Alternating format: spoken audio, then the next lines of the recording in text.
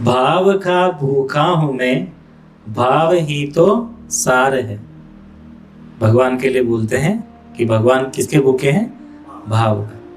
भाव का भूखा हूं मैं, भाव ही तो सार है। भाव से मुझको भजे तो भाव से बेड़ा पार है। भाव बिन सब कुछ भी दे डाले तो मैं लेता नहीं।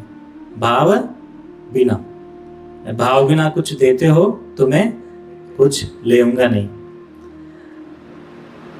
भाव बिन सब कुछ भी दे डाले तो मैं लेता नहीं, और भाव से एक पुष्प दे तो मुझे स्वीकार है।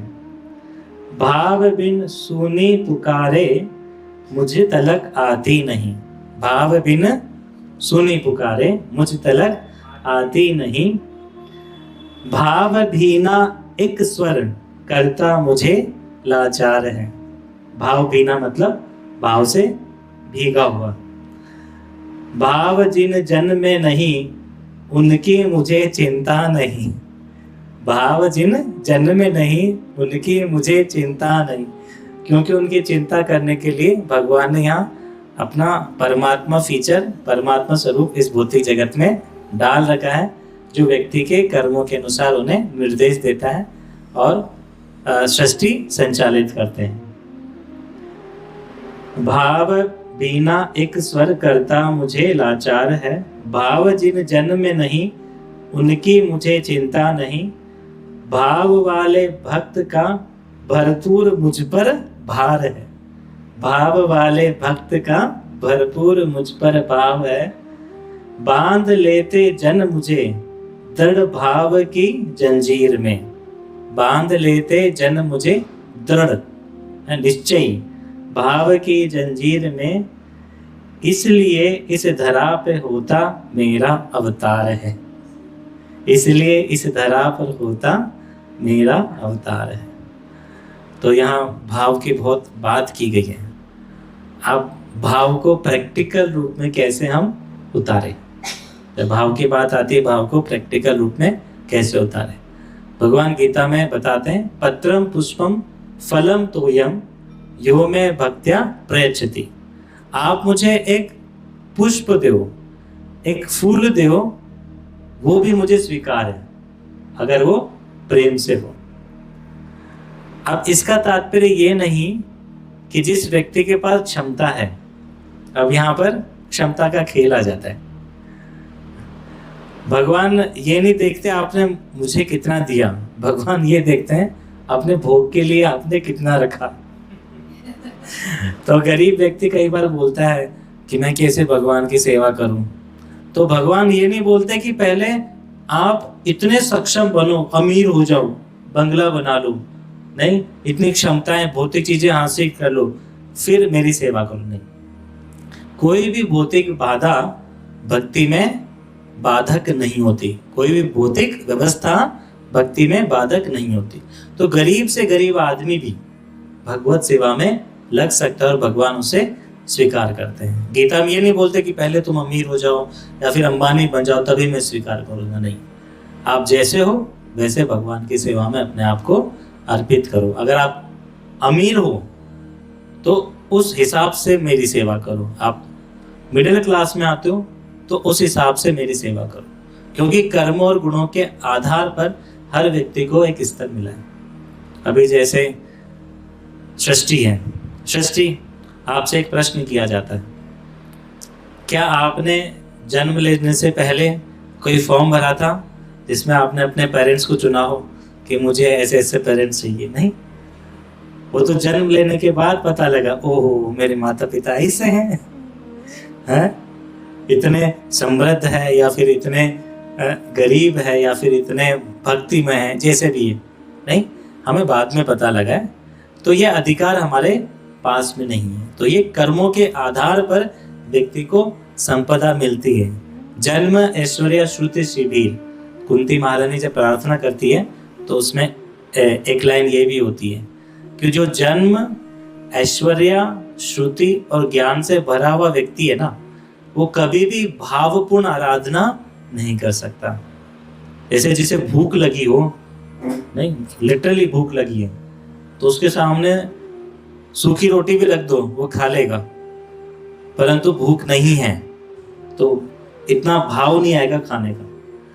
तो जो व्यक्ति अपने पद और अहंकार से भरा हुआ है, वो मंदिर भले ही जाए, हाँ भगवान थोड़ा ध्यान रखिएगा, ठीक है, सब बढ़िया चल रहा है, तो हिसाब से प्रार्थना कर। तो वो क्रेविंग है ना, जो क्रेविंग होती है कि चाहिए उसे, जो लालसा होती है उसे चाहिए किसी भी हालत में, वो क्रेविंग और वो लालसा उसके अंदर नहीं आती। तो भाव के अनुसार सेवा करनी है तो फिर हमें आचार्यों की शरण लेनी पड़ती है, जैसे शिला प्रभुपाद नहीं और गुरुजन। तो वो हमें बताते हैं कि प्रैक्टिकल भक्ति क्या है, प्रैक्टिकल भक्ति हम कैसे कर सकते हैं। तो आज हम चर्चा शुरू करेंगे। एक बहुत ही अद्भुत लीला इस ब्रह्मांड में हुई। देव और दानवों के मध्य हमेशा युद्ध रहता है। क्यों युद्ध रहता है? उनकी सोच अलग होती है। देवता भगवान को मध्य नजर रखते हुए अपना कार्य करते हैं और दानव अपने आप को मध्य नजर रखते हुए अपना कार्य करता है। बल दोनों के पास है, ऐश्वर्य दोनों के पास हो सकता है, ताकत दोनों के पास, यश भी दोनों के पास हो सकता है। परंतु जो ये एक पॉइंट है कि वो एक तो भगवान को अपने मध्य में रखा हुआ है, अपने परिवार के मध्य सेंटर में भगवान है और उनके दिशा निर्देश पर वो कार्य कर रहा है, वो तो है सुर। और जो भगवान को साइड में रखकर अपने आप को सेंटर में रखने की कोशिश कर रहे हैं।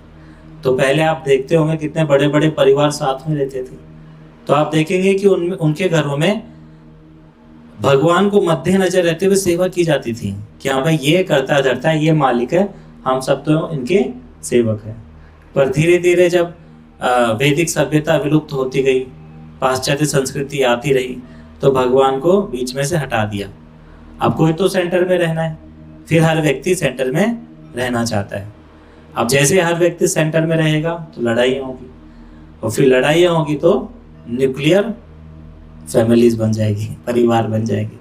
तो ये बहुत बड़ा कारण है न्यूक्लियर फैमिलीज में, क्योंकि वहां पर भगवान का सानिध्य क्या है, हट गया है। आपने वो कथा सुनी होगी देवताओं और दानवों की, जिसमें दोनों के हाथ ऐसे रोड से सीधे बांध देते हैं, आप मोड़ नहीं सकते हाथों को, और लड्डू रख देते हैं उनके सामने। देवताओं को बोलते हैं खाओ और दानवों को बोलते हैं खाओ। बचपन में हम स्कूल में थे तब चैप्टर में आया था हमारे, आया आपके किसी में या भूल गए होंगे? नहीं। जब दानवों ने देखा कि कैसे खाएं, हमारे तो हाथ ऐसे बिल्कुल टाइट बंधे हुए हैं, नहीं, तो वो लड्डू उठाते ऐसे ऊपर, कोई सर पे गिरता, कोई इधर पीछे गिरता, मुंह में आ ही नहीं, कि मोड़ ही नहीं सकते, कैसे खाएं कैसे खाएं। तो ये तो असुरों की बुद्धि होती है। देवताओं ने सोचा कैसे इसको ग्रहण करें, तो देवताओं ने एक लड्डू उठाया, दूसरे के मुख में दिया, और दूसरे ने लड्डू उठाया और उनके मुख में दिया। तो इस तरह से उन्होंने ग्रहण किया। तो ये अंतर होता है देवताओं और दानवों की बुद्धि में। तो अभी हम लोग क्या है, देवता है दानव? हम कौन से श्रेणी में आते हैं? अपने आप को देवता ही मान लिया। अरे वाह। देवता और दानव, ठीक है, और हम हैं मध्य में। पृथ्वी इसीलिए सेंटर है, जंक्शन है ये क्या है, जंक्शन है ये। तो आप अपने आचार विचार को ट्रेंड करके व्यवहार में लाके चाहो तो दानव की तरफ बढ़ सकते हैं, चाहे तो देवताओं की तरफ बढ़ सकते हैं। ये हमारे ऊपर डिपेंड करता है। तो पुलिंग हमेशा रहती है, उधर से भी पुलिंग रहेगी, इधर से भी पुलिंग रहेगी। नहीं, अभी तो यहीं पर एक ही घर में रहते हैं। नहीं, पहले हाँ, बस अभी भी है। बोलते हैं कि दानव जो उनको जो जगह मिली है वो पाताल में, देवताओं को स्वर्ग में, और पृथ्वी पे मिडिल क्लास को। तो पृथ्वी पे क्या होता है, देवता और दानव दोनों ही रहते हैं। न तो एक्सट्रीम देवता है वो, न एक्सट्रीम दानव है, क्योंकि ऊर्ध्वम गच्छन्ति सत्वस्था अधो गच्छन्ति तामसा। ये भगवत गीता का श्लोक है, भगवान खुद बताते हैं। आप चाहे तो अपने आप को ऊर्ध्वम गच्छन्ति, अगर सतोगुण में रहते हैं तो आप क्या करते हैं, ऊपर की तरफ गति करते हैं। तो तमोगुण में आप रहते हैं तो नीचे के लोक में जाते हैं, और रजोगुण में रहते हैं तो धरती पे ही वापस से आपको मनुष्य योनि में आप रहते हैं। बकायदा भगवान बोलते हैं। परंतु अल्टीमेट भगवान का जो निर्देश है वो तीनों गुणों से ऊपर निकलना है, नहीं देव योनि, नहीं मनुष्य योनि, नहीं राक्षस योनि। वो अल्टीमेट उद्देश्य है, ठीक है। वहां पर आती है भक्ति काम में। पुण्य करेंगे तो ऊपर की तरफ, पाप करेंगे तो नीचे की तरफ। अगर आपने कोई पुण्य किया तो उसको भोगने के लिए वापस से आपको जन्म लेना पड़ेगा इस भौतिक जगत में। अगर आपने किसी को 1 रुपया दिया, उसकी हेल्प कर ली, अब पता नहीं कि वो कैसे होता है ना, कई बार हम बाहर जाते हैं मार्केट में, किसी को पैसे दे देते हैं, हाँ भाई ठीक है ले ले। अब वो उधर जाके सिगरेट फूंक लिया, दारू पी लिया, नहीं, और उसने कुछ गलत काम कर दिया, तो उसका रिएक्शन आप तक भी आएगा, क्योंकि आपने उसकी जाने अनजाने में क्या करी, सहायता करी है, ठीक है। तो कहने का तात्पर्य है कि अगर उसने ऐसा गलत भी नहीं किया, कोई अच्छा ही काम किया, तो पुण्य कैटेगरी में आ जाता है। तो पुण्य और पाप आपको इस ब्रह्मांड में रहते हुए भोगने पड़ते हैं। और भक्ति क्या करती है, भक्ति आपका पुण्य और पाप से आपको ऊपर निकालती है। जैसे जब हमने आश्रम ज्वाइन किया था कॉलेज में पढ़ाई करने के बाद, तो घर से निकल के हम आश्रम चले गए थे, ब्रह्मचारी आश्रम में थे उस समय। तो फिर कुछ समय बाद एक ज्योतिषी आते हैं मंदिर में दर्शन के लिए, तो हमने हाथ दिखाया कि ज्योतिषी हाथ देखिए क्या लिखा हुआ है। ज्योतिषी देखते हैं, बोलते हैं, हाथ नहीं देख सकते। तो जहाँ पर जो व्यक्ति भगवान को शरणागत हो जाता है, भगवत सेवा में लग जाता है, उसका जीवन ही यज्ञ हो जाता है, और उसकी रेखाएं सीधे भगवान के हाथ में होती है, जिनके चरणों में ग्रह नक्षत्र सर झुकाएं खड़े रहते हैं। तो आपका हाथ हम नहीं देख सकते। कई बार ज्योतिषी ये भी बोलते हैं, जैसे सुना है कई भक्तों के मुख से कि वो गए तो उन्होंने बोला कि आप भागवत पढ़ो, क्योंकि भागवत और जब भगवान की शरण में जाते हैं तो आपके कर्म क्या है, कटते हैं, आप कर्मों से ऊपर अपना एक स्तर बनाते हैं। तो इसलिए 3 तरह के कर्म बताते हैं, कर्म, अकर्म और विकर्म। कर्म वो जो आप शास्त्रों के अनुसार अपने जीवन में धारण करते हैं। विकर्म वो जो शास्त्रों के विपरीत आप अपना जीवन जीते हैं। अकर्म वो जो आप भगवान के सानिध्य में रहकर अपना जीवन जी रहे हैं, कार्य कर रहे हैं, तो उससे आपको न तो कर्म लगेगा, नहीं विकर्म, वो आपकी अकर्म की श्रेणी में आते हैं। वो आपके पुण्य और पाप से परे जो श्रेणी है उस खाते में वो जुड़ते हैं। तो फिर अब अभी हम जो लीला सुनने वाले वो किसकी है, देव और दानवों के महासंग्राम की। तो हम इतना डिटेल में नहीं जाएंगे, पर एक बार की बात है, एक बार की बात है, सदियों पुरानी। देव और दानवों के मध्य हमेशा ही कुछ न कुछ असमंजस, खसमखस और युद्ध, तानातानी चलती ही रहती। कभी देवता जीतते हैं, कभी दानव बाजी मार लेते हैं। तो इस बार दानवों ने बाजी मार ली। दानवों ने अधिकार कर लिया कहाँ पर, इंद्रलोक पर, जहाँ से पूरे ब्रह्मांड का साम्राज्य चलता है।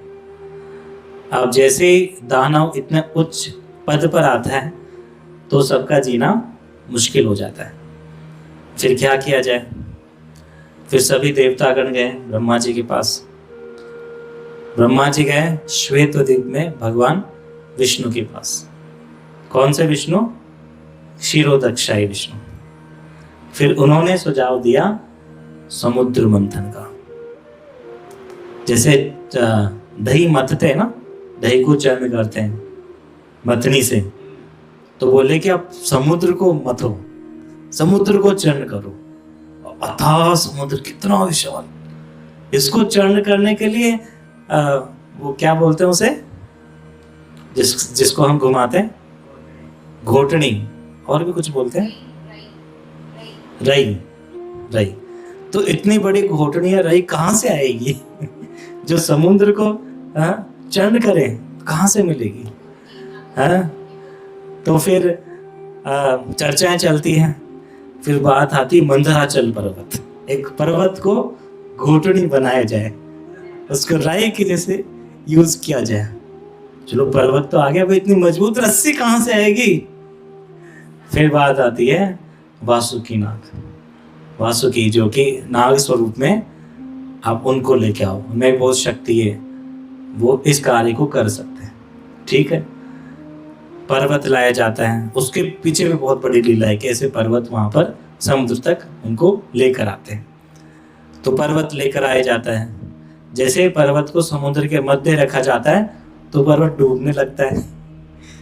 नहीं, पैंदे में अगर टिक जाएगा तो फिर चर्निंग कैसे होगी, मथेंगे कैसे? फिर और टेंशन, अब क्या किया जाए, पर्वत तो नीचे जा रहा है, डूब जाएगा तो हमारा उद्देश्य प्राप्त किया, उद्देश्य कैसे प्राप्त होगा? और एक्चुअल जो उद्देश्य था उसका, समुद्र को मथने का, वो क्या था? अमृत प्राप्ति। उनको, असुरों को लालच दिया गया था कि आप हमें अमृत मिलेगा, तो इस उद्देश्य की पूर्ति के लिए वो लोग सभी कसमकश कर रहे थे।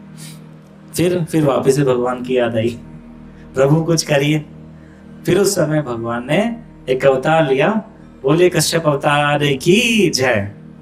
तो भगवान कछुए के स्वरूप में, कछुए का जो ऊपर का जो कोर होता है बहुत हार्ड होता है, टफ। अब सोचिए कितना बड़ा कश्यप होगा, नहीं कितना विशाल होगा। ठीक है, फिर उसके ऊपर मंदराचल पर्वत को रखा जाता है, और जब मंदराचल पर्वत को घुमाते हैं तो कश्यप के लिए ऐसा महसूस हो रहा था जैसे पेट में जब खुजली चलती है ना, हम नाखून से खुजलते हैं, तो फिर भगवान को ऐसे खुजली का एहसास हो रहा था, गुदगुदी का। पर्वत को मथ रहे हैं तो भगवान को ऐसा एहसास हो रहा है। तो ये सब चीजें क्या बता रही है? भगवान की महानता। बोलते हैं ना भगवान महान है, तो भगवान महान ऐसे हैं, इतने बड़े बड़े कार्य वो कर सकते हैं, उनके रंध्र से अनेकों ब्रह्मांड निकलते हैं। बड़े बड़े पर्वत रख दिए जाए तो वो ऐसे फील करें जिसको कोई खुजल रहा है पीठ पे, नहीं। अब पर्वत रख दिया गया, फिर प्रश्न आता है कि सर की तरफ कौन रहेगा और पूंछ की तरफ। वासुकी जो नाग है सर है, तो देवता भी सोच में पड़ जाते हैं क्या करें। असुर क्या थोड़े उल्टे चलते हैं, तो देवता लोग बोलते हैं ठीक है हम सर ले सकते हैं। फिर असुर ये सुन लेते हैं, नहीं नहीं सर तो हम लेंगे, आप क्यों लोगे सर? सांप का सर तो हम लेंगे। ये देवताओं की चालाकी थी एक तरह से, क्योंकि लगातार उनके मुख से जहर, हल्का हल्का जहर और अग्नि निकलती रहती थी। तो फिर दानवों ने क्या ले लिया, मुख की तरफ चले गए सर्प के, और देवता लोग पूंछ की तरफ। फिर शुरुआत होती है मंथनी की, देवता इधर खींचे, दानव इधर खींचे, हरि बोल करते हुए।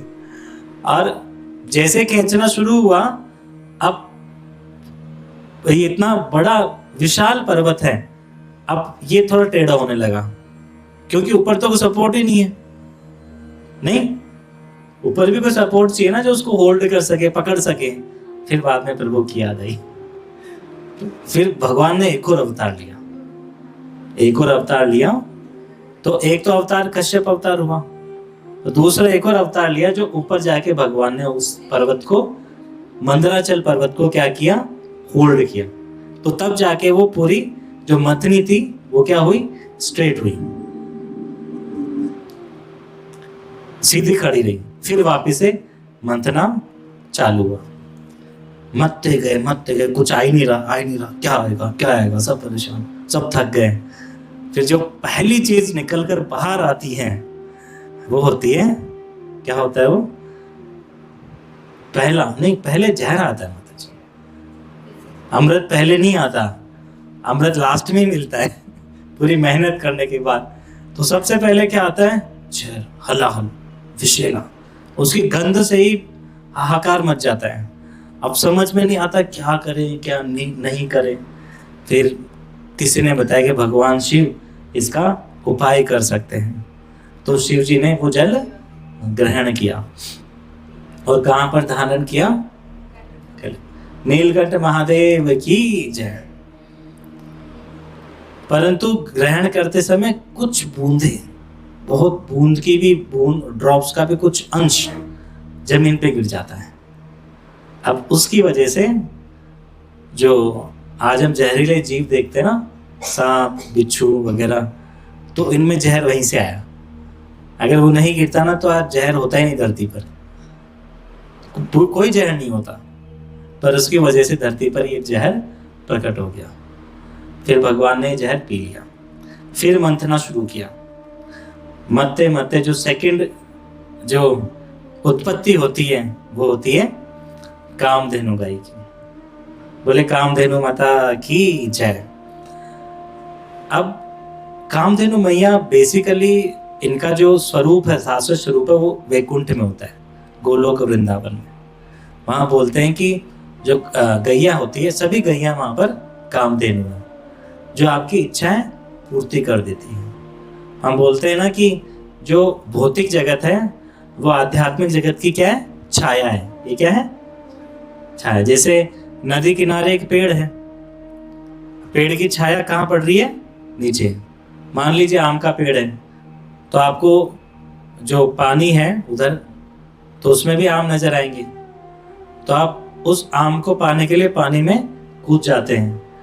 अब आम की तरफ दौड़ते हैं, दौड़ते के इन द सेंस तैर रहे आप कि आम मिल जाए, मीठा आम मिल जाए, बहुत तैरे। और जैसे उसके पास जाते तो क्या होता है? क्या मिलता है? कुछ मिलता है? कुछ नहीं मिलता। क्यों? वो तो छांव है भाई, छाया है, वो हकीकत थोड़ी ना है। नहीं सर, शायद अब उधर जाऊंगा ना, थोड़ा और आगे जाऊंगा तो मिलेगा। फिर और तैरता है, फिर दूसरे आम की तरफ जाता है, फिर वापस से वही। पर असली है, ऐसा नहीं कि आम नकली है या फिर होता ही नहीं है तो सही, पर वो आध्यात्मिक जगत में है, वो उस पानी से बाहर है।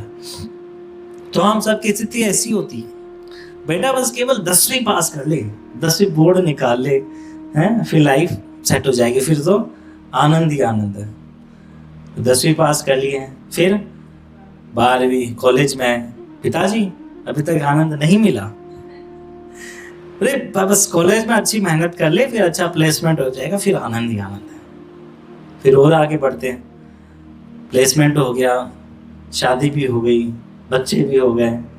पिताजी क्या है, आपने तो बोला था कि ये सब कर लूँ, फिर ये कर लूँ, फिर ये कर लूँ, फिर आनंद मिलेगा। अभी तक भी भाग ही रहा हूँ, अभी तक भी मैं भाग ही रहा हूँ, बहुत संघर्ष कर रहा हूँ, अभी तक आनंद नहीं मिला।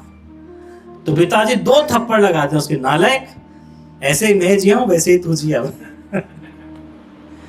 तो भौतिक जगत में जो आनंद रहता है कुछ इस तरह से रहता है। तो यहाँ पर जो रिश्ते हैं वो सब छाया स्वरूप रिश्ते हैं। तो इसका तात्पर्य कहीं तो हकीकत होगी, फिर कहीं तो हकीकत रहेगी। वो हकीकत है भगवान के साथ आध्यात्मिक जगत में, जिसे हम वैकुंठ, गोलोक, वृंदावन वो सब बोलते हैं। तो हमें इस छाया रूपी आकर्षण या छाया रूपी जिम्मेदारियां या फिर छाया रूपी पारिवारिक लोगों को साथ में लेते हुए, मिलते हुए हमें कहाँ पर? भगवत धाम की तरफ अपनी नाव को क्या करना है? मोड़ लेना है। तो यह उद्देश्य है किसका? मानव जीवन का। और हम लोग क्या करते हैं? छाया में ही रहते हैं, छाया रूपी लक्ष्य बनाते हैं, छाया रूपी ही उस अंधकार रूपी जीवन में जीते रहते हैं। न फिर वापस से जन्म होता है, वापस से उसी संसार में घूमते रहते हैं। तो इस तरह से वर्षों, जन्म, पता नहीं कितने काल और सब कुछ निकल जाता है। पर लगता सब कुछ असली है यहाँ पर, नहीं? कैसे नकली? भाई देखो दीवार कितनी मजबूत, असली है, सब कुछ असली है, क्योंकि भगवान की माया है भाई, भगवान की छाया है। भगवान की छाया भी असली जैसे लगती है, तो इसको भेद पाना बड़ा मुश्किल है।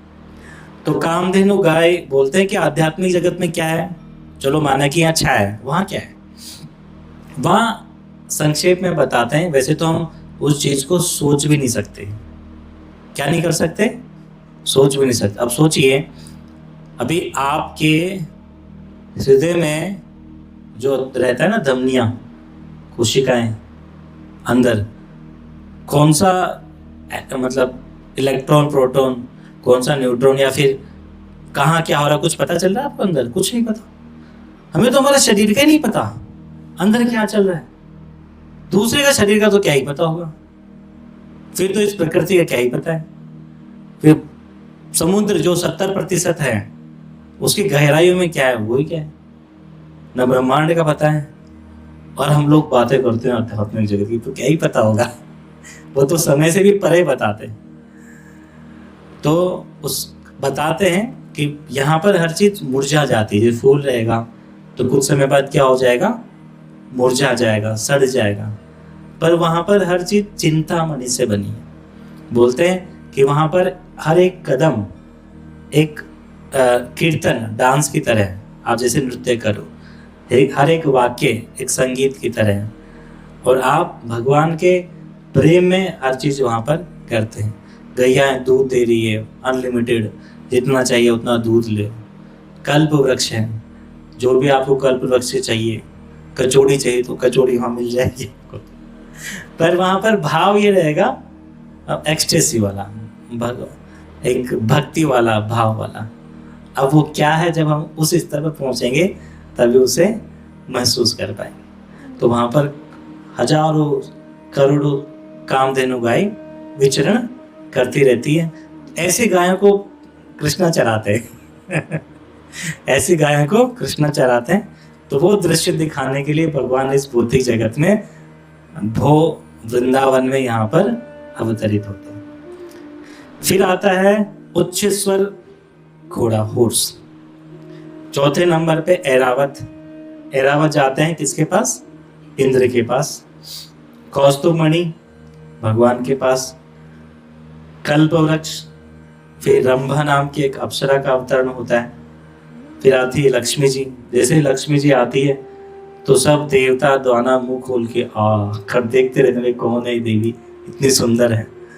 तो लक्ष्मी जी देखती है, देवताओं को देखती है, बोले कि ये भी, इनको भी कुछ चाहिए इस जगत में। दानवों को देखती है तो ये तो बड़े निकृष्ट है।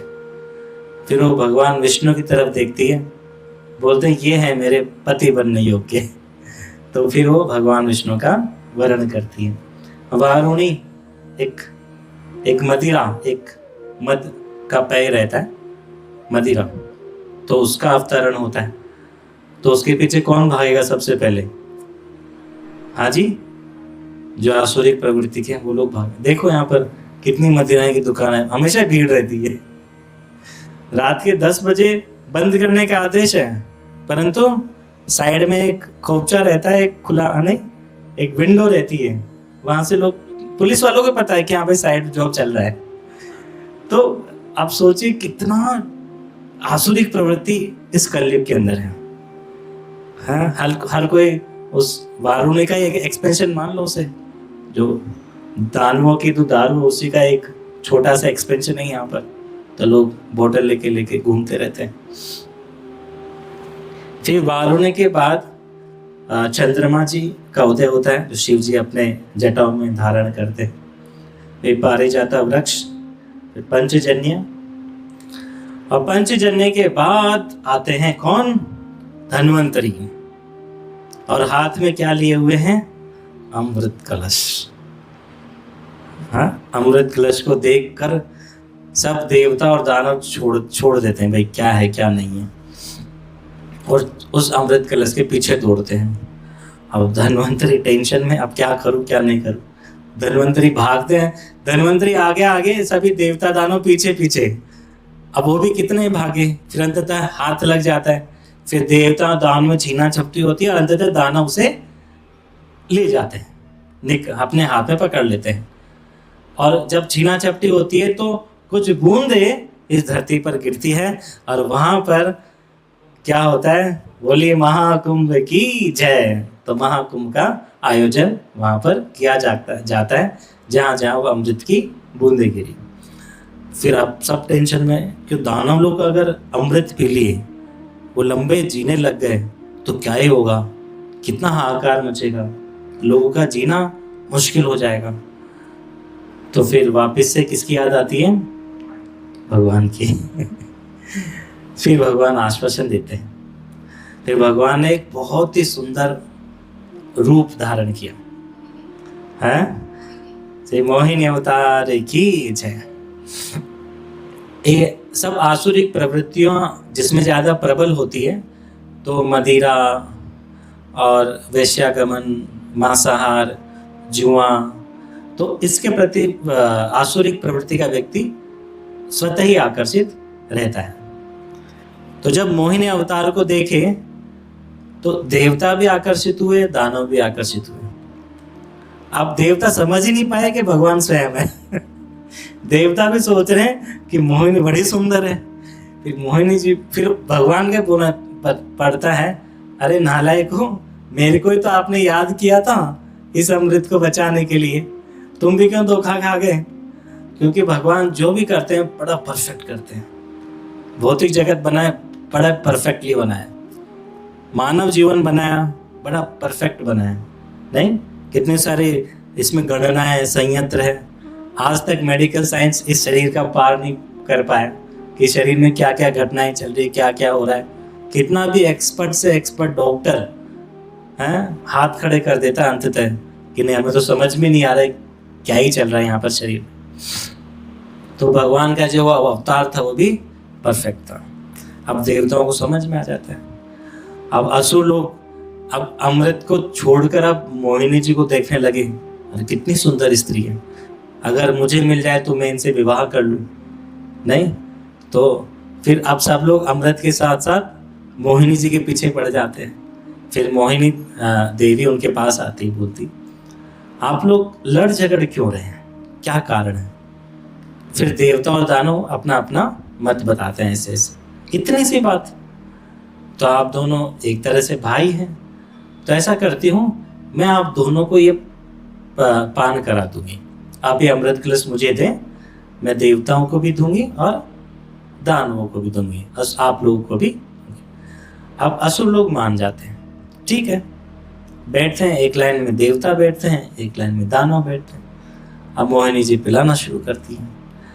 तब उसमें कई सारे इसमें वो है चीज़ें, अलग अलग वर्णन आते हैं। कई जगह आता है कि उन्होंने अमृत को बार बार बदला। जब देवताओं के पास गए तो वो अमृत वाला कलश था, जब दानवों के पास गए तो सिंपल को साधारण पानी टाइप में कुछ द्रव्य था, वो उनको पिलाया। अब एक दानव था, कौन, राहु, उसको समझ में आ गया कुछ तो गलत चल रहा है और पता लग गया उसे कि तो धोखा हो रहा है हमारे साथ। तो राहु क्या करता है, देवताओं की लाइन में बैठता है, और लाइन में भी कहाँ बैठता है, सूर्य और चंद्रमा के बीच में जाकर। अब सोचिए, वो तो ऑलरेडी इतने प्रकाशित है, अब इतना प्रकाशित बैठेगा तो दिखेगा ही ना। फिर अब जो भी है, जब उसका नंबर आता है राहु का, अब उसको जैसे ही मोहिनी देवी पिलाने लगती है, तो जैसे पिलाने वाली होती है तो सूर्य और चंद्रमा बोल देते हैं कि ये तो हमारे बीच में बेटा राक्षस है। अब कुछ बूंद जब तक वो ग्रहण कर चुका था, तो मोहिनी जो स्वरूप है वो तुरंत अपने विष्णु स्वरूप में आते हैं और सुदर्शन से उसका गर्दन काट देते हैं। और चूंकि उसने अमृत धारण कर लिया था, तो वो कटने के बाद भी वो अमर हो जाता है। तो जो उसका, तो इसलिए जब भी बोलते हैं ना राहु ने निगल लिया, तो अब तक सूर्य, चंद्रमा और राहु के बीच में युद्ध होता रहता है। कभी राहु चंद्रमा को निगलता है, कभी सूर्य को निगलता है। तो इस तरह से सूर्य ग्रहण और चंद्र ग्रहण होते हैं। अब ये भी भगवान की लीला है। कैसे? क्योंकि जब ग्रहण होता है उसमें आप सबसे बढ़िया चीज वो एक ही कर सकते हैं और बहुत पुण्यवान होती है, वो है क्या है? भगवान का नाम, भगवान का। बोलिए मोहिनी अवतार की जय। तो अभी एक बहुत ही सुंदर भजन है, राधा कृष्ण प्राण मोरा, ठीक है। तो हम भजन गाएंगे, फिर इसके बाद आगे कथा शुरू करेंगे। सब लिरिक्स निकाल लीजिए। राधा कृष्ण प्राण मोरा की। राधा कृष्ण प्राण मोर।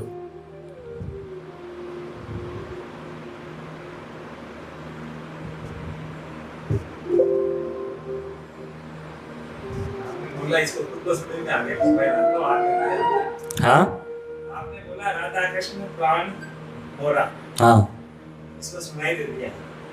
अच्छा वो अपने आप ही आ गया।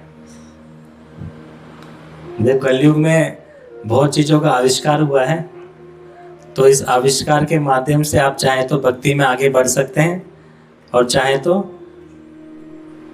नीचे नरक के लोकों में भी जा सकते हैं। तो अभी अमृत किन्होंने पी लिया? देवताओं ने। दानव अमृत पी लेते तो हम लोग शांति से बैठ ही नहीं पाते अभी। हाँ करेक्ट। फिर राहु को तो अब घूमता रहता है पूरे ब्रह्मांड में, यहाँ से वहाँ। तो पहले राज्य दानवों का ही था, फिर देवताओं को वापस मिला, फिर कुछ घटना घटी, देवताओं ने वापस से कोई गलती कर दी। और जो इस युद्ध में जो दानवों के जो राजा थे वो कौन थे? बलि। इस युद्ध में तो वो भी मूर्छा खाकर गिर जाते हैं, कई दानव मारे जाते हैं। अब मूर्छा बोलते हैं कई जगह कि वो लगभग खत्म ही हो जाते हैं। फिर बाद में वो सभी जाते हैं कहाँ पर? शुक्राचार्य जी के पास। फिर संजीवनी विद्या उनके पास थी, उसके माध्यम से उनको जीवित किया जाता है। फिर राजा बलि बोलते हैं कि आप जैसा बोलेंगे अब हम वैसा करेंगे। और उन्होंने, देवताओं ने अमृत पीने के बाद भी अपने गुरु का अनादर कर दिया। अब घटना कुछ इस तरह से है कि उन्हें इंद्र को कोई माला अर्पित की गई, तो इंद्र ने वो प्रसाद माला, भगवान की स्वयं की माला थी, तो वो ग्रहण न करके, उसका आदर न करके ऐरावत हाथी को दे दिया। हाथी ने सूंड से पकड़ा, नीचे फेंका और पांव से उसे कुचल दिया। तो आप कितना भी अमृत पी लो, परंतु अगर भक्तों और गुरुजनों का अनादर कर दिया तो आपका सब साम्राज्य वापस से डामाडोल हो जाएगा। और उधर बलि महाराज ने अपने गुरुजनों का कहना माना, वापस से उन्हें शक्ति प्राप्त हुई और वो अश्वमेध यज्ञ करना शुरू किया। और बोलते हैं कि अगर आप 100 अश्वमेध यज्ञ कर लेते हैं तो आपको इंद्र का सिंहासन मिलता है। तो उन्होंने अभी आक्रमण वाला रवैया नहीं अपनाया कि छीना चपटी वाला आक्रमण करके। उन्होंने अपने गुरुजनों के अनुसार कौन सा रवैया अपनाया? पूजा विधि का, विधान का। अब 99 यज्ञ उनके क्या है? हो चुके हैं। और जैसे 100वां यज्ञ पूरा होता है तो इंद्रासन अपने आप ही उन्हें मिल जाएगा। और इंद्र है तो भक्ति, देखो एक दो भक्त होते हैं, एक शुद्ध भक्त होता है, एक मिश्रित भक्त होता है। एक शुद्ध भक्त होता है, एक मिश्रित। उन्हें पता है कि सब कुछ भगवान की कृपा से ही मिल रहा है, परंतु कहीं ना कहीं वो इस ब्रह्मांड में शक्तियों से, साम्राज्य से आ सकता है वो, ठीक है। तो मिश्रित भक्त की श्रेणी में आते हैं। और नारद मुनि, वेदव्यास जी, वेदव्यास जी तो स्वयं भगवान है, नारद मुनि, मीराबाई, हनुमान जी, ये सब कौन है? ये भगवान के शुद्ध भक्त हैं। और बोलते हैं जो शुद्ध भक्त होते हैं ना, भागवत में बताते हैं सभी देवता गणों के लिए वो पूजनीय है, क्योंकि शुद्ध भक्त वैकुंठ के वासी, एक तरह से वैकुंठ का हर एक एक कण देवताओं के लिए पूजनीय है। तो इसलिए नारद मुनि, हनुमान जी वो देवताओं के लिए भी पूजनीय बन जाते हैं। अब फिर इंद्र को लगा तो सिंहासन चला जाएगा, कुछ तो किया जाए, नहीं ये तो वापिस से राज्य कर लेंगे। तो भगवान ने वापस उनकी सुन ली, ठीक है। अदिति देवताओं की माँ, बड़ी वो भी टेंशन में आ जाती है, क्या होगा क्या नहीं होगा, नहीं। तो फिर वो प्रार्थना करती है। फिर भगवान बोलते हैं आप पयोव्रत का पालन करें, पयोव्रत के पालन से मैं आपके पुत्र के रूप में अवतार लूँगा, मैं आपके पुत्र के रूप में अवतार लूँगा। फिर जो बलि ने साम्राज्य ग्रहण कर रखे पूरे ब्रह्मांड में, वो सभी वापस से आपको सुपुर्द कर दूंगा। फिर वो पयोव्रत उसका पालन करती है, और पालन करने के बाद भगवान साक्षात अवतरित होते हैं एक ड्वार्फ, एक छोटे ब्राह्मण के स्वरूप में। वो ब्राह्मण कौन है? श्री श्री वामन भगवान की जय। हाँ, जब वामन देव अवतरित होते हैं तो सभी देवतागण कुछ भेंट उन्हें उपहार देते हैं, कोई छत्र देते हैं, कोई पहनने के लिए वृक्ष की छाल देते हैं। तो इस तरह से उनको सुशोभित किया जाता है अलग अलग अलंकारों से। फिर वामन देव ब्राह्मण स्वरूप में जाते हैं कहाँ पर? जहाँ पर वो यज्ञ हो रहा है। अब जैसे ही जो बलि महाराज है वो वामन देव को देखते हैं तो उनका इतना तेज होता है ज्ञान और उनके प्रकाश के कारण कि वो तुरंत अपने जगह से उठ जाते हैं।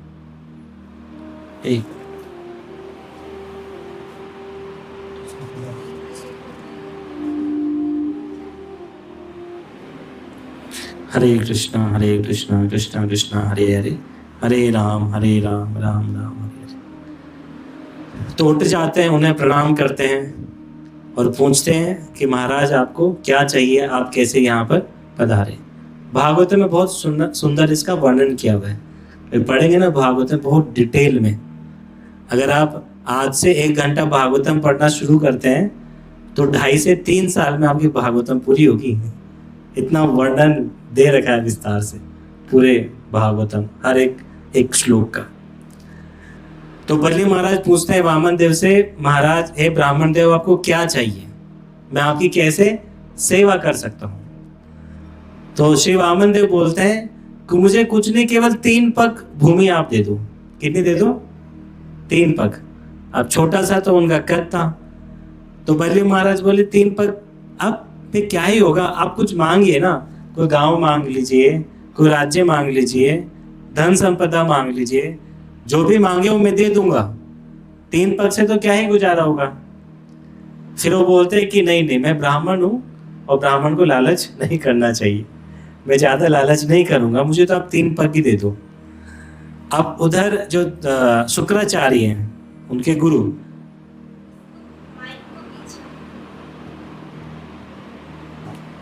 हरे कृष्णा, आवाज आ रही है? जो शुक्राचार्य हैं देवताओं के गुरु, उन्हें समझ में आ जाता है कि कोई साधारण बालक नहीं है, ये भगवान स्वयं है। तो इसी मध्य जो बलि महाराज है उनको वचन दे देते हैं कि ठीक है मैं 3 पग धरती आपको दे दूंगा। कुछ मंत्र वगैरह बोल भी देते हैं कि ठीक है मैं आपको प्रॉमिस करता हूँ, मैं वादा करता हूँ आपको 3 पग धरती दूंगा। हाँ, संकल्प ले लेते हैं। फिर बलि महाराज देने ही वाले होते हैं तो शुक्राचार्य रोक देते, भाई रुक जाओ, ये कोई साधारण बालक नहीं है, भगवान स्वयं है, ठाकुर जी हैं, ये आपका सब लूट लेंगे, कुछ नहीं छोड़ेंगे। पर बोलते हैं कि मैंने तो अभी वादा कर दिया, और जब भगवान स्वयं लेने के लिए आए तो मुझे पीछे क्यों हटना चाहिए? नहीं, आपने भी तो ये सिखाया सब कुछ भगवान का ही है, पर आप कैसे मुँह कर रहे हैं? नहीं जो भी था आप खिलाफ हो जाओ। फिर वो द्रोणाचार्य कुछ लॉजिक देते हैं कि आपने जो मंत्र बोले ना, मंत्र के शुरू में आपने ओम नहीं बोला कुछ मंत्रों में, तो उस मंत्र का कोई मतलब नहीं है, आप वापिस से अपना वचन ले लो, देने की जरूरत नहीं है।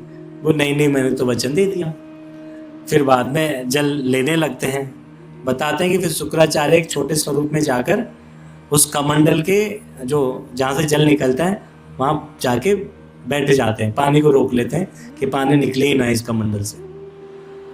अब वो जब कमंडल नीचे कर रहे हैं तो जल आ ही नहीं रहा, तो बलि महाराज देखते हैं कुछ तो प्रॉब्लम है। फिर वामन देव बोलते हैं हाँ मुझे पता है क्या समस्या है, लाओ मेरे को दो। तो एक लकड़ी का तिनका लेते हैं और उस कमंडल के नौकने से ऐसे डालने लगते हैं। ऐसा उसमें जब डालते हैं तो सीधे शुक्राचार्य की आंख पे लगता है, आंख फूट जाती है। वो कराते कराते बाहर निकलते हैं क्षमा क्षमा क्षमा, क्योंकि अल्टीमेटली शुक्राचार्य ब्राह्मण है और उन्हें इतना तो पता है कि भगवान विष्णु क्या है, सर्वोत्तम है। इनसे कुछ आप ज़्यादा नहीं ले दे सकते, ये जो चाहते हैं वो तो होता ही है। उनसे माफ़ी मांगते हैं, क्षमा करते हैं, कुछ प्रार्थना करते हैं, फिर भगवान उन्हें वापस से अपनी आँख प्रदान कर देते हैं कि ठीक है जाओ अब यहाँ से। अब फिर बलि महाराज बोलते हैं ठीक है, हमने आपको अभी वचन दे दिया, अब जहाँ पर भी आपकी इच्छा हो हैं आप 3 पग नाप लीजिए, वो जमीन आपकी हो जाएगी। तो फिर वामनदेव बोलते हैं ठीक है। फिर वामनदेव अपने विराट स्वरूप में आने लगते हैं। पहले अभी छोटे से थे ना ब्राह्मण, अभी वो बढ़ते रहते हैं, बढ़ते इतने विशाल हो जाते हैं वो कि एक पग में तो पूरे नीचे के 7 लोक नाप लिए, दूसरे पग में ऊपर के 7 बचे हुए 7 लोक नाप लिए, तो 14 भुवन उनके 2 पग में पूरे हो जाते हैं। और बोलते हैं जब वामन देव अपना पग ऊपर कर रहे थे, करते करते वो ब्रह्मांड की तलहटी पर, जो ब्रह्मांड का जो परिधि है वहां पर टच होता है, और जैसे वहां पर टच होता है तो जो दिव्य जो जल है वहां से अवतरित होता है और ब्रह्मा जी उसे अपने कमंडलू में भरते हैं, और भरने के बाद उस कमंडलू से वामन देव के चरणों को प्रक्षालन करते हैं, धोते हैं, और वही होता है गंगा। देवी गंगा की जय। जो भगवान के चरणों से जो जल आया वही गंगा जी है।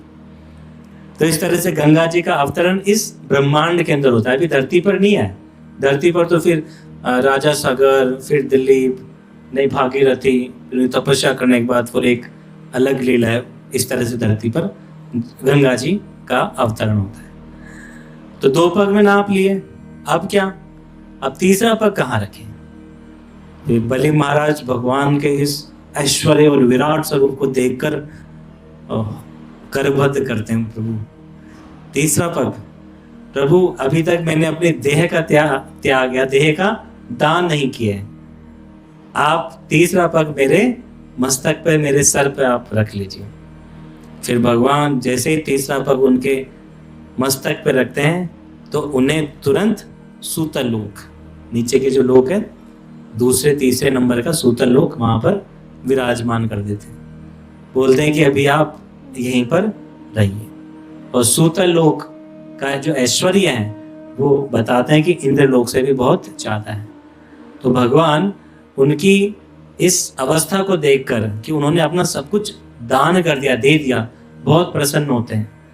बोलते हैं क्या चाहिए बताइए। भगवान मैं चाहता हूं कि मैं सूतल में तो रह लूंगा, पर मैं चाहता हूं, मैं इच्छा करता हूं कि मैं जब भी बाहर या अंदर जाऊं, अपने साम्राज्य में, अपने राज्य में घूमूं, तो आपके दर्शन मुझे होते रहे। तो ऐसा आप करिए। तो फिर भगवान बोलते हैं ठीक है, मैं तुम्हारे सूतल लोक में द्वारपाल बन जाऊंगा, तुम्हारा द्वारपाल बन जाऊंगा, तब तुम दर्शन करते रहना। और इससे जुड़ी हुई एक और घटना आती है भविष्य में, या फिर आगे जाकर जब रावण का वध हो रहा होता है भगवान राम के द्वारा, तो रावण सहायता के लिए सभी जगह जाता है, और रावण सहायता के लिए नीचे सूतल लोक में जाता है बलि महाराज के पास। बोलते हैं कि रक्षा करिए। तो जाने से पहले द्वारपाल से मिलना होता है। अब वहां पर कौन है, भगवान स्वयं है। अब रावण तो क्या पता होगा, फिर बोला कि जाने दो मुझे अंदर। फिर जो द्वारपाल है, जो भगवान स्वयं बोलते हैं कि नहीं हम जान नहीं देंगे। तो उनसे थोड़ा सा हाथापाई करता है पर जीत नहीं पाता। तो वो क्या करता है, रावण सोचता है ठीक है मैं अपने सिद्धियों का प्रयोग करता हूँ, यूज करता हूँ। तो रावण अपना कद बहुत छोटा कर लेता है, बहुत क्या कर लेता है, छोटा। जब छोटा कर लेता है तो सोचता है कहीं से छुपके से साइड में से निकल जाता हूँ, अंदर चला जाऊंगा। तो वामन देव अपने पांव के अंगूठे से रावण को दाब देते वहीं पर, रुक जा, कहाँ जा रहा है। तो रावण जब कराता है, जोर जोर से चिल्लाता है, तब उसकी आवाज सुनकर बलि महाराज स्वयं बाहर आते हैं और भगवान से प्रार्थना करते हैं ठीक है प्रभु आने दो, देखते हैं क्या चाहता है ये। फिर रावण बलि महाराज से बोलता है कि ऐसे ऐसे मेरी सिचुएशन है, मैं मरने वाला हूँ, रक्षा करो। फिर रावण उनसे रिक्वेस्ट करता है। फिर बलि महाराज बोलते हैं ठीक है आप मेरे साथ चलिए। तो बलि महाराज उन्हें कहीं लेकर जाते हैं अपने बगीचे में, और एक सोने का बहुत बड़ा सा पहाड़ था, बहुत बड़ा सा। तो रावण बोलता है सो रावण देखता है उस पहाड़ को। फिर बलि महाराज बोलते हैं कि रावण तुम इसे उठाओ। तो रावण अपने दोनों हाथ आगे करता है, उसे उठाने की कोशिश करता है, हिलता ही नहीं वो, इतना विशाल इतना भारी, समझ में नहीं आता क्या है ये। फिर बलि महाराज बोले देखो जब तुम हिरण्यकशिपु थे, जब तुम हिरण्यकशिपु थे, एक बहुत भयानक राक्षस थे, उस समय तुम्हारे ही कान का कुंडल है जो तुम अभी उठा नहीं पा रहे। और जिस उस समय जिसने तुम्हें मारा था, जिसने तुम्हारा वध किया था, अभी वही श्री राम के स्वरूप में। अब बताओ मैं कैसे रक्षा कर सकता हूँ तुम्हारी। तो रावण ये सुन के ठीक है नहीं करनी तो मत करो, ज्यादा ज्ञान मत बांटो। फिर वहां से बोल बाल के रावण वापस से आ जाता है। तो इस तरह से सूतल लोक में बलि महाराज निवास करते हैं। फिर भगवान उन्हें आशीर्वाद देते हैं, ठीक है तुम्हारी इंद्र बनने की इच्छा थी, तो अगले जो इंद्र होंगे वो तुम ही होंगे। अगला जो मनवंतर आएगा, अभी इंद्र कौन है? पुरंदर। कौन है? पुरंदर। और जो अगले इंद्र होंगे वो बलि महाराज होंगे। पूरा व्याख्यान, पूरा प्रिडिक्शन, पूरी भविष्यवाणी भागवतम में दे रखी है। भगवान क्या भक्तों का मन पढ़ लेते हैं। जैसे ध्रुव महाराज थे, उन्होंने भगवान को देखते ही बोला कि नहीं चाहिए मुझे कोई साम्राज्य, फिर भगवान ने दे दिया। और भगवान का देने का एक और कारण होता है, जब भगवान को पता है कि ये माया में नहीं फंसेगा तो ही भगवान देते हैं। अगर भगवान को पता लगता है कि ये भक्त वापस से माया में फंस सकता है तो भगवान क्या करेंगे? जो भी है वो भी छीन लेंगे। तो भगवान और भक्तों का ये आपस का मामला रहता है। तो बलि महाराज को आशीर्वाद दिया कि अगले इंद्र क्या होंगे? आप होंगे। तो उसके बाद बहुत सारी लीलाएं आती हैं। लीलाएं होते होते होते अभी आ गया कौन सा? ये 7वां मनवंतर, जिसमें अभी हम हैं। और इसका कौन सा काल आता है? द्वापर। तो द्वापर काल आते वापिस से एक दानव था, उसका हाहाकार शुरू हो जाता है। कौन था? कंस। कंस भी, जितने भी त्रेता, द्वापर और सतयुग में जो राक्षस हुए ना, एक दो ही हुए हैं, पर थे बड़े बलवान। इतने बलवान थे कि भगवान को स्वयं आना पड़ा। और उसके पीछे भी एक लीला है, ठीक है। तो अब कंस ने अत्याचार कर रखा। जो भूमि देवी होती है वो गाय का स्वरूप लेकर ब्रह्मा जी के पास जाती है। ब्रह्मा जी सभी देवताओं के साथ कहाँ जाते हैं? श्वेत द्वीप में। और वहाँ भगवान विष्णु ब्रह्मा जी हृदय में आदेश करते हैं कि आप देवताओं को बोलिए कि वो धरती पर जन्म ले, मेरा अवतार शीघ्र होगा। तो ऐसा आदेश पाकर ब्रजमंडल में सभी देवता लोग अवतार लेने लगते हैं। और साथ ही जो भगवान के शाश्वत इटर्नल परिकर हैं, जो गोलोक वृंदावन के जो निवासी हैं, वो भी अवतरण लेते हैं। और ज्यादातर देवता गण वानरों के रूप में अवतार लेते हैं। और जो ब्रज के जो बंदर है वो भी कोई साधारण जीव नहीं थे। कोई साधु संत, कोई सन्यासी, कोई तपस्वी, इन्होंने हजारों करोड़ों साल तपस्या करी। उन्होंने ब्रज की भूमि पर एक बंदर का, एक छोटे जीव का जन्म लिया। तो फिर ब्रह्मा जी के आदेश पर देवतागण यहाँ जन्म लेना शुरू करते हैं। और उधर हम देखते हैं कि देवकी और कौन? वसुदेव। देवकी और वसुदेव का विवाह तय होता है, विवाह हो जाता है उनका। और भागवत में बहुत सुंदर वर्णन आता है कि ऐसे बोलते हैं ना, गर्ल्स की तरफ से, एक लड़की की तरफ से बहुत सारा गिफ्ट, उपहार उन्हें दिए जाते हैं। बहुत सुंदर वर्णन उन्हें वहां पर भागवतम में कर रखा है। और जब कंस, कौन है कंस? देवकी का भाई। अब वैसे तो चाचा के लड़के हैं, कजन ब्रदर। पर जो भी है, देव की एकमात्र उनके घर में एक ही लड़की थी, तो वो बोलता है कि इनको मैं छोड़ के आऊँगा। तो कंस सारथी बनता है, देवकी और वसुदेव रथ में बैठते हैं। कुछ दूरी तक चलते हैं और अचानक से एक भविष्यवाणी होती है।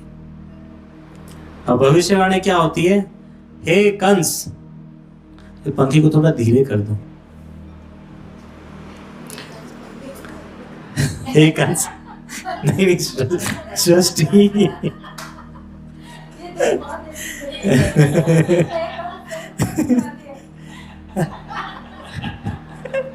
हरे कृष्णा। तो भगवान की लीला में अगर कोई कैसे भी सम्मिलित होता है, वो सामान्य लोगों से 1000 करोड़ों गुना भाग्यवान है। तो फिर भविष्यवाणी क्या होती है? हे कंस, तू जिसे लेकर जा रहा है, तेरी बहन देवकी, उसका 8वां पुत्र तेरा वध करेगा। दुष्ट लोगों की एक आदत होती है, ऐसे तो बहुत रिश्तेदारी नातेदारी निभाएंगे, परंतु जब उन पर पड़ती है तो सब रिश्ते भूल जाते हैं। ना बाप का रिश्ता देखते हैं, ना माँ का, ना बहन का, ना भाई का, कोई रिश्ता नहीं देखते, क्योंकि वो स्वयं को प्रभु मानते हैं, स्वयं को भगवान मानते हैं कि हम ही है करता धरता। फिर उनके स्वार्थ के आगे कोई भी आए, वो किसी को नहीं देखे। तो जैसे ही पता लगा कि मेरी बहन का 8वां पुत्र मेरा विनाश करेगा, तो तुरंत बालों से पकड़कर देवकी को रथ के नीचे लेकर आते हैं और अपनी तलवार निकालते हैं और उसे मारने के लिए तैयार हो जाते हैं। इतना जल्दी होता है, वसुदेव को समझ में नहीं आ रहा क्या करें क्या नहीं करें। तो वसुदेव बोलते हैं रुकिए रुकिए, और वसुदेव बोलते हैं तो आपकी स्वयं की बहन है, आप ऐसा कैसा कर सकते हैं? इससे तो आपका अपयश बढ़ेगा, लोग नाना प्रकार की बातें आपके बारे में कहेंगे, तो कैसे आप जी पाएंगे? बहुत ज्ञान की बातें उन्हें बताते हैं, अध्यात्म की बात बताते हैं, आत्मा की बात बताते हैं, पर कंस को समझ नहीं आती, क्योंकि दुष्ट लोग जो करना है वो करते ही है। फिर वो सोचे कि इसे तो बात नहीं बनी, तो इमीडिएट उनका जो रिस्पॉन्सिबिलिटी था, उनका जो जिम्मेदारी था, किसका? वसुदेव का। वो क्या था? सबसे पहले किसी भी तरह से अभी इस क्षण में किसी तरह देवकी को बचा लो, ठीक है। तो फिर वो बोलता है वसुदेव, तो वसुदेव जी बोलते हैं कि ठीक है, इनका 8वां पुत्र आपका विनाश करेगा ना, तो ऐसा करूंगा कि मैं हर एक पुत्र को आपको सुपुर्द कर दूंगा, आपकी जो इच्छा हो वो आप इसके साथ कर लेना। और वसुदेव जी अपने प्रॉमिस और वचन के लिए प्रसिद्ध थे। जो किसी को वो प्रॉमिस किए, वचन किए, वो कभी तोड़ते नहीं थे। ये बात कंस को पता थी। तो कंस जैसे सुनता है, ठीक है, मेरा विनाश तो देवकी का 8वां पुत्र करेगा, तो मैं क्यों इस पचड़े में पड़ूं, वो उन्हें छोड़ देता है। और जैसे ही प्रथम संतान होती है, वसुदेव उस प्रथम संतान को लेकर कंस के पास जाते हैं और कंस को सुपुर्द करते हैं। सुपुर्द करने के बाद कंस देखता है कि ठीक है, पहली संतान है, ऐसा करते हैं कि इसको वापस से रिटर्न कर देते हैं। 8वीं संतान से हमें समस्या है, प्रॉब्लम है, तो पहली संतान को उन्हें वापस कर देते हैं। ठीक है, मेरे को 8वीं संतान आप लाके दे देना। अब दुष्ट के साथी कौन होते हैं? दुष्ट ही होते हैं। तो चर्चा होती है, डिस्कशन होता है कि जो विष्णु है ना, बड़ा चालाक है, बड़ा धूर्त है। भगवान को धूर्त बोल रहे कि विष्णु बड़ा धूर्त है, पता नहीं किस समय क्या जन्म ले ले। जैसे कमल का फूल होता है, राउंड होता है, कौन सी पहली कौन सी 8वीं पत्ती समझ में नहीं आता, तो पहले भी आ सकते हैं, बाद में भी आ सकते हैं। और जब ये चर्चा चल रही होती है तो नारद मुनि भी आके समर्थन कर देते हैं, हाँ सही है, कुछ भी हो सकता है। क्योंकि नारद मुनि का वो जो मन था वो ये था कि भगवान जल्दी से जल्दी अवतार ले, जल्दी से जल्दी अवतार ले। फिर कंस को लगता है कि सही बात है, तो कंस तुरंत वसुदेव और देवकी को कारागृह में डाल देता है और जो पहला बच्चा था उसे उठा के फर्श पे नीचे पटक देता है, खत्म कर देता है। दूसरा नीचे, तीसरा वापस नीचे। हाँ जी, हाँ, दीवार पे, फर्श पे, कहीं पर भी उनको मार के खत्म करता रहता है। अब सातवां जब बच्चा होता है वो कौन होते हैं? बलराम जी, बलराम जी स्वयं।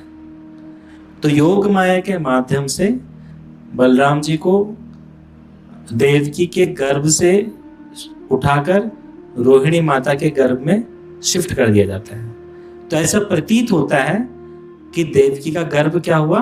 गिर गया। फिर कंस को खबर दी जाती है कि देवकी का गर्भ गिर गया। बोले ठीक है, कोई दिक्कत नहीं। अब कौन से संतान की बारी होती है? अभी 8वें। तो सर्वप्रथम भगवान वसुदेव के हृदय में प्रकट होते हैं, हृदय से देवकी के हृदय में, और उनके गर्भ में जब आते हैं तो देवकी बहुत सुंदर दिखने लगती है, प्रकाशमान हो जाती है, उनके शरीर से बहुत तेज निकलता है। जो अंधेरी जेल थी वो ऐसा लगता है जैसे कोई किसी ने हजारों दिए जला दिए। और कुछ समय बाद देवतागण आकाश मार्ग पे अवतरित होते हैं और स्तुति करते हैं। तो देवताओं की बहुत सुंदर स्तुति भागवत में दे रखी है। देवतागण बोलते हैं कि आप ही सत्य हो, आप ही सब कुछ हो, आप ही सर्वस्व हो, आपके वचन सत्य हैं और आपके कारण ही पूरा ब्रह्मांड भौतिक हो या फिर आध्यात्मिक हो सब चलायमान है, आप सबके सोर्स हो। तो बहुत सुंदर वो प्रार्थना करते हैं, फिर वहां से वो चले जाते हैं। अब ये बात किसे पता लगती है? कंस को। कंस को खबर लग जाती है। अब कंस सोचता है कुछ तो करना पड़ेगा। अब उसी बीच में योग माया के माध्यम से पूरे कारागार में ऐसा जाल बिछता है कि सभी को निद्रा आती है, निद्रा आ जाती है, सभी लोग सो जाते हैं। और भगवान अपने चतुर्भुज स्वरूप में सीधा देवकी के सामने प्रकट होते हैं। साधारण प्रसव के जैसे नहीं, जैसे नॉर्मल माताओं के प्रसव होता है वैसे नहीं, भगवान सीधा चतुर्भुज स्वरूप में गर्भ से निकलकर सामने प्रकट होते हैं और देवकी को बोलते हैं, देखो देवी, आपकी तपस्या के कारण मैं आज आपके समक्ष आया हूँ। तो देवकी और वसुदेव भगवान के इस शाश्वत स्वरूप को देखकर उन्हें प्रणाम करते हैं और बोलते हैं कि प्रभु, इस स्वरूप में हम आपको कैसे स्वीकार कर सकते हैं?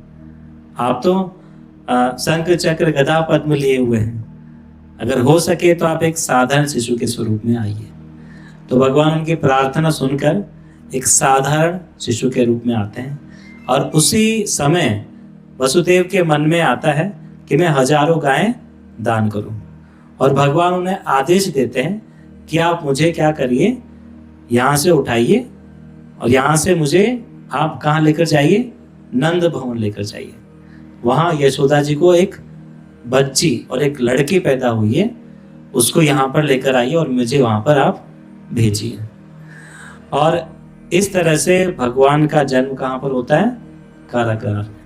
बोलिए कृष्ण कन्हैया लाल की जय।